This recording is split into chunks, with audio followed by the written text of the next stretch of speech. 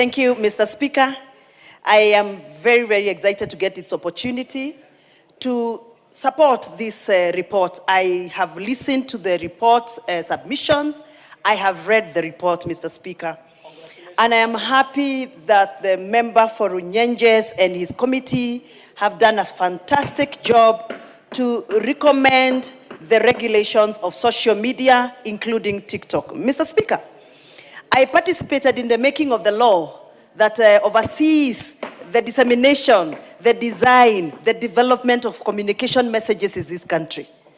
The Computer Misuse and Cybercrime Act is one of the bills that I am proud as a member of parliament in the previous parliament, having participated in the making of the Data Protection Act. Mr. Speaker, let me tell you, TikTok is one of the social media platforms, has built personalities, has built celebrities, has built musicians, but on the same measure, it has demolished homes, crumbled down people's businesses, broken marriages, forced people to commit suicide, and many other adverse effects of negative publicity, Mr. Speaker.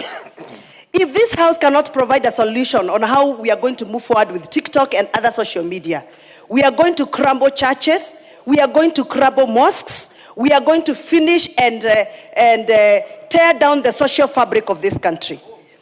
Mr. Speaker, I don't know whether you know how many women have lost their families, their husbands, their children out of the publicity.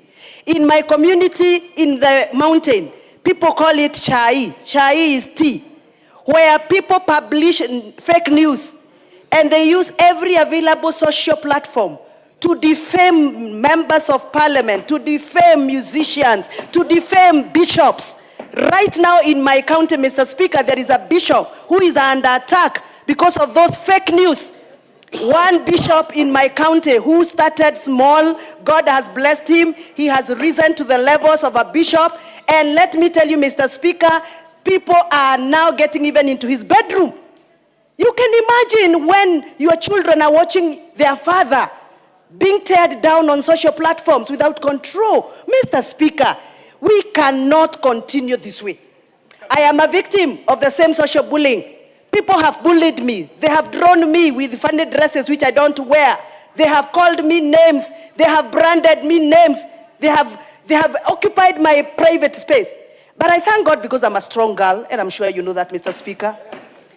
I'm sure, Mr. Speaker, you know I am one of those. Mr. Speaker knows Madam Wamuchomba is a strong girl. There's no question about that. Very, very strong daughter of the mountain. But not every woman who is attacked like Wamuchomba will overcome. Not every bishop who is going to be attacked like Wamuchomba will overcome. Yes. Not every family man who is attacked like that bishop from my county will overcome. Mr. Speaker, this molestation of social media must come to an end. I have allowed them to molest me because I'm strong, but I'm not going to allow them to molest bishops who are doing very good work. Like that bishop I'm talking about, Mr. Speaker, just the other day, he paid school fees for over 500 children, getting to grade 10. And this is somebody who is doing something. Every Sunday, that bishop is feeding thousands of families in his church. He gives them unga every Sunday.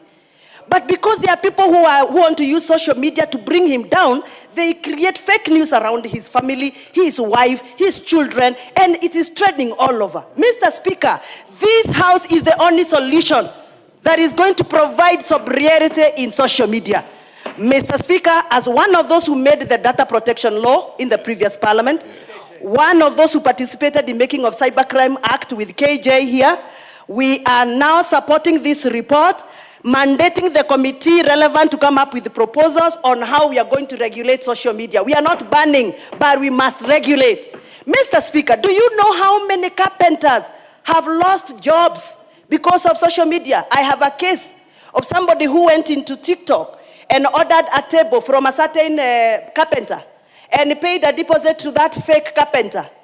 And the TikTok page was actually branded the real carpenter, but this was a broker, a thief. So this guy was walking in the street and he was accosted by the customer. He was being asked to refund money he has never even received. How many businesses are coming down because of those fake brokers who use your company image on TikTok, on Instagram, but you are not the person who is actually marketing that. People have been conned online. Deliveries, people create delivery pages. I order a blouse. Somebody tells me, pay this, you're going to deliver the blouse. You are thinking you're trading with a real outlet, shop, only to realize that you're being conned on social media. Mr. Speaker, to sustain a sober business community online, social media must be regulated. To protect our families and our marriages, those of us that are married, social media must be regulated.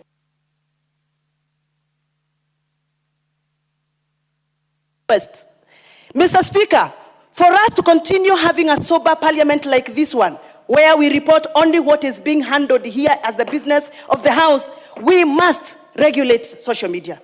Mr. Speaker, we must make sure that this House is the house of solution, a house of intervention, a house that can defend and protect that voiceless woman. You can imagine how those women who are showcased having some affairs with some Russian character are feeling. Those are women with dignity.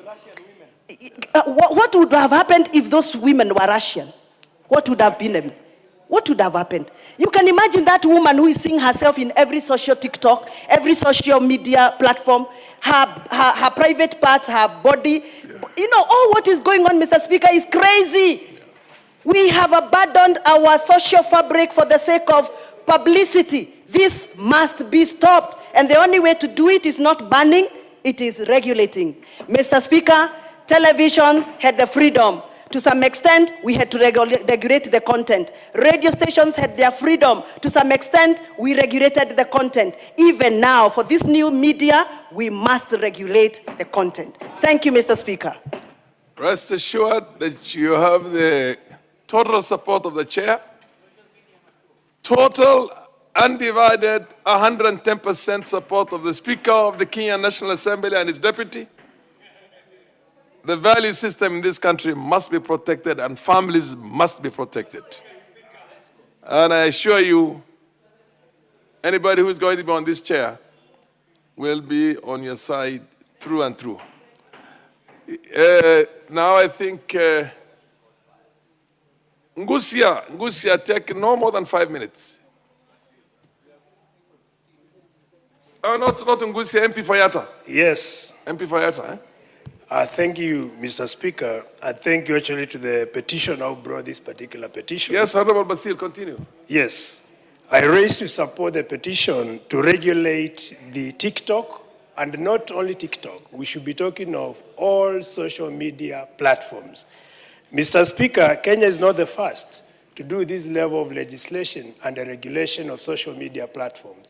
We have the United Kingdom, which started, the European Union, Ireland, Portugal, and many other countries globally that have taken the center stage to regulate social media platforms, Mr. Speaker. If you look at what is happening currently, we know for sure we are in an exponential age, what we refer as technology age. And young people, we talk of Gen Zs, Gen Alpha, the Beta, Gen Beta, and many other generations to come.